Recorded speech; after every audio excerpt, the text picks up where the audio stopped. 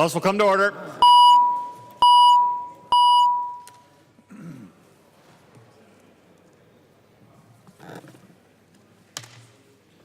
Messages from the Senate.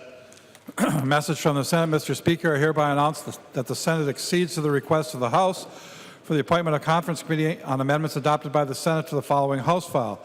House file number 3972, an act relating to liquor. The Senate has appointed as such committee Senator Dames, Weber, and Dibble. Message is signed Cal R. Ludeman, Secretary of the Senate.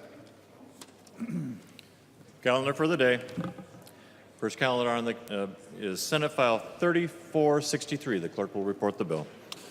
Senate File number 3463, number 1 on the calendar for the day, an act relating to public safety, the first engrossment. Recognize the member from Hennepin, Representative Smith, to your bill. Thank you, Mr. Speaker. Members, this bill is a concurrence from the Senate, which is very close to the House File 3693, the critical infrastructure bill that this body heard, had a spirited debate, and passed on May 1st. I ask for your support. Thank you. There are no amendments at the desk. The clerk will give the bill its third reading. Third reading, Senate File number 3463. Third reading. Discussion to the bill. The member from Hennepin, Representative Hillstrom. Thank you, Mr. Speaker and members. Members, we did hear this bill previously. This is a bill that is opposed by many members. The AFL-CIO has come out in opposition to this proposal, and it is missing the language that the House had related to exemptions of unions. There is also a long list of folks who have said this is not the appropriate bill to do, and I would encourage members to vote no. Further discussion, the member from Ramsey, Representative Mahoney. Well, thank you, Mr. Speaker, and to all the members. I want to go back a couple of days when there was this person with high blood pressure that was talking about helping hard hats and them being out in the hallway so very, very much. And this is a huge issue to all those hard hats because this can spill over to a legitimate strike. So, you know, I wish you were as anxious to help hard hats today as you were back then. But I guess you get to pick and choose on occasions. And you're picking the ones that you like, and you're picking the ones that you don't like. So members, this is a bad bill. This is a bill that was is opposed by, as Representative Hillstrom said, multiple different union members, union organizations. I'm going to be voting no on this.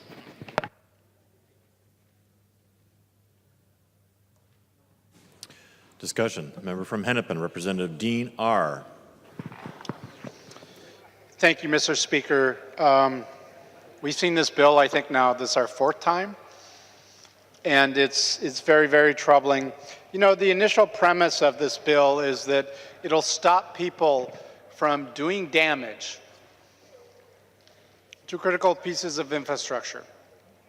It goes beyond that in that it's actually set up to create penalties for individuals who may have been connected in some way to someone who trespass and makes damage to property. And I don't have the bill in front of me at this moment, but I believe there's a provision that says an individual can be civilly liable if they're arrested. Mind you, not convicted, arrested within the provisions of this bill.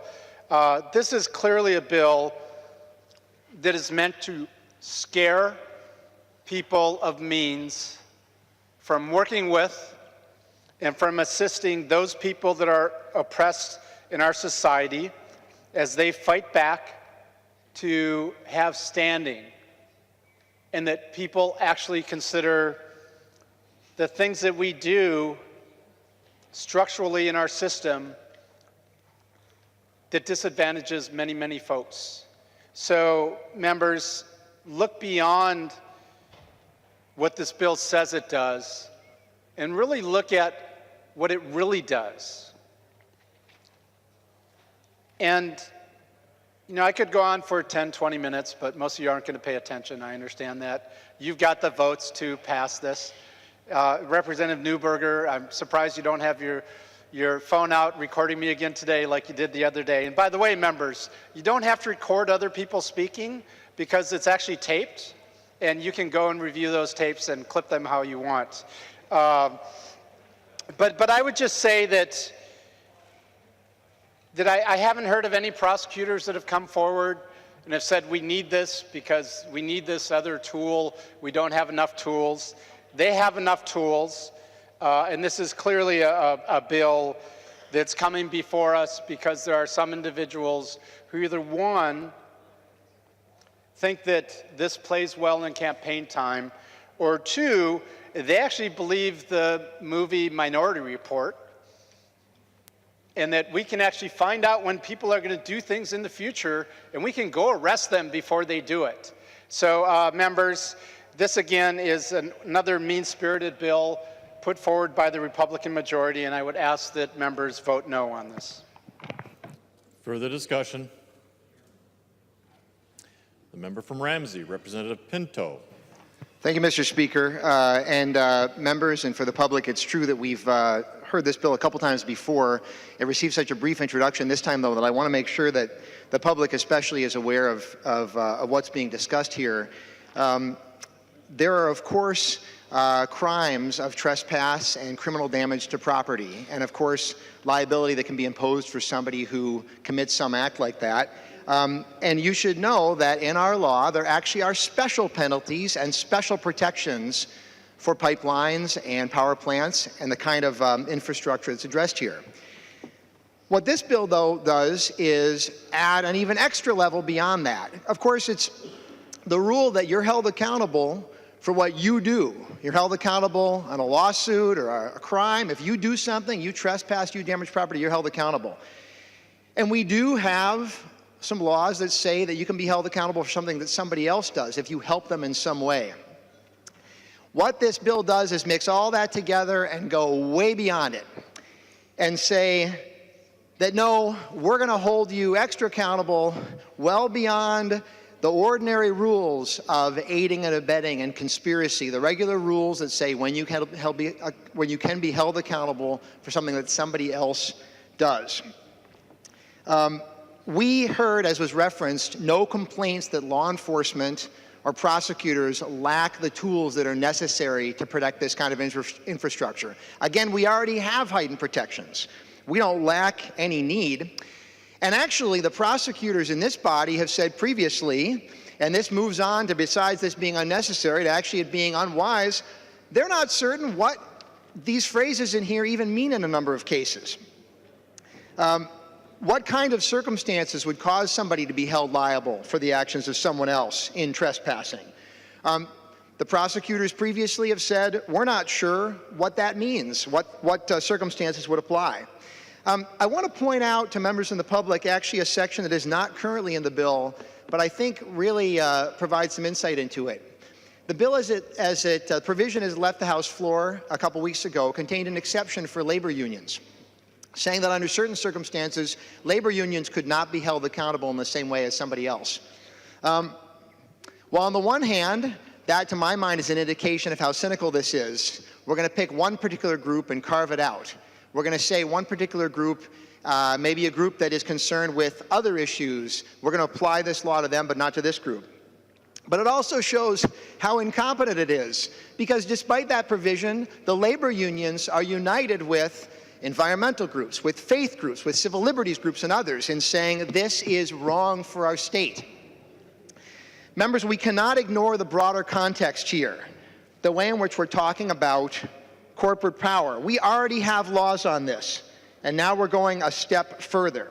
Because once we've established this principle, once you are held liable for a conversation you have with someone where they go out and they end up trespassing, once you're held liable for that beyond the current laws, how far does that extend? Does it extend to those clinics providing reproductive health services and the groups protesting that? Members, I'm not sure what is scarier. Further extending our rules that go back for centuries about when you are held liable for something somebody else does, or we're going to make more special exceptions based on politics and based on political whims of who happens to be in power. Pipelines, power plants, they already have heightened protections.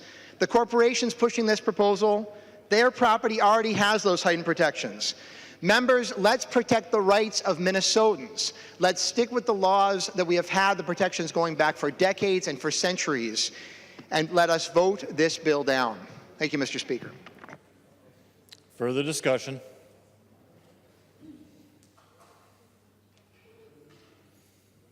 Seeing none, the clerk will take the roll on the bill.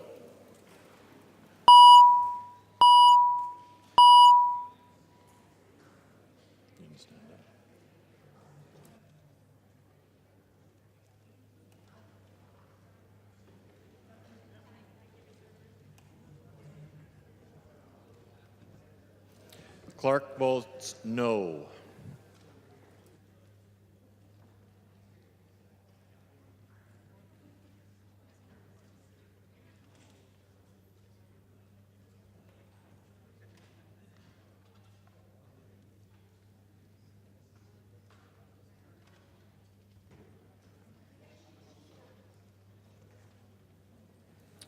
The clerk will close the roll.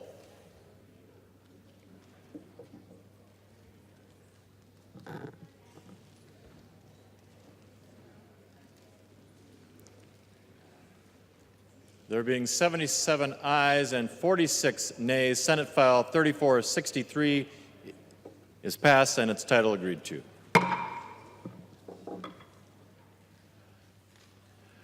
Representative Flanagan, for what purpose do you rise? Point of personal privilege. State your point of personal privilege.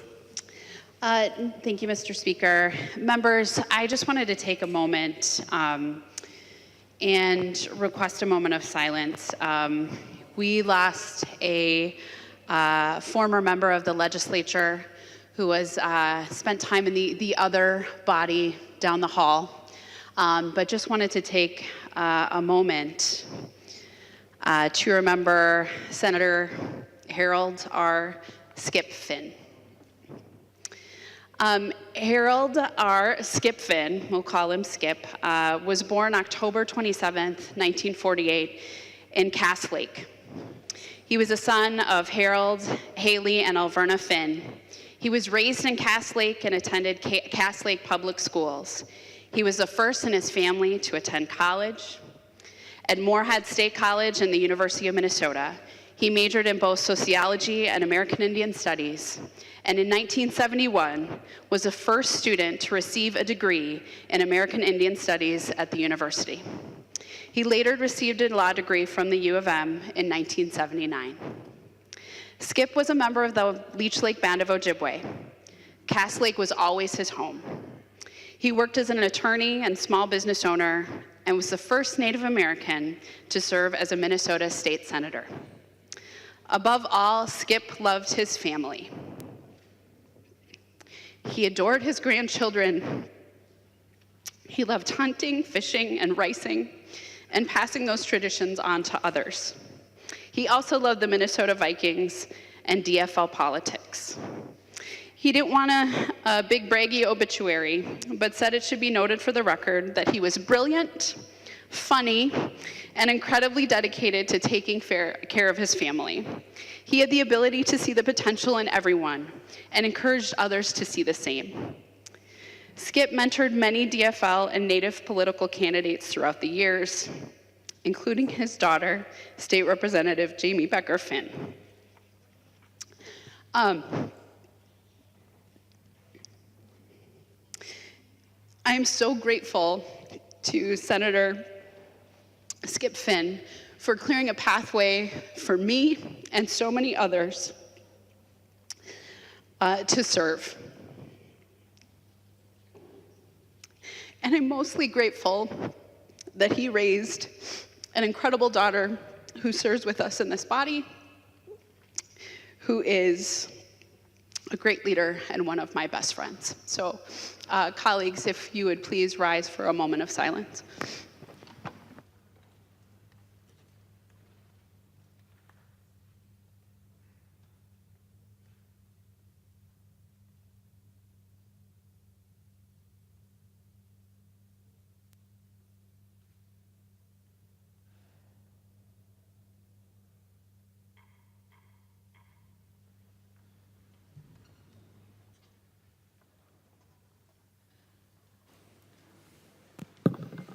Representative Pepin. Thank you, Mr. Speaker and members. I move a recess at the call of the chair, and we will give you at least an hour notice when we will be coming back. Mr. Speaker, if the majority leader would yield for a question. She will yield. Representative Hortman. Thank you, Mr. Speaker. Representative Pepin. So with the hour notice, is it your anticipation that we will use that hour to caucus, or will we come back and talk about what we're going to do and then break for caucus if necessary? Representative Pepin. Thank you, Mr. Speaker and Representative Hortman. We will not be caucusing. The Senate goes in later. We are waiting for some potential conference committee reports, things like that, and we will, obviously last weekend of the session just ask you to be flexible, but we are not caucusing anything right now on our side. Representative Hortman. Thank you, Mr. Speaker. I just want to also thank the speaker who in the retiring room said we'd have plenty of room to caucus the supplemental budget bill before we take it up on the House floor.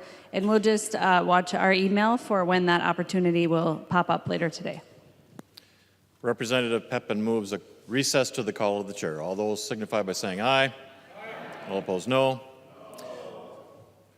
The House now is in recess until the call of the chair.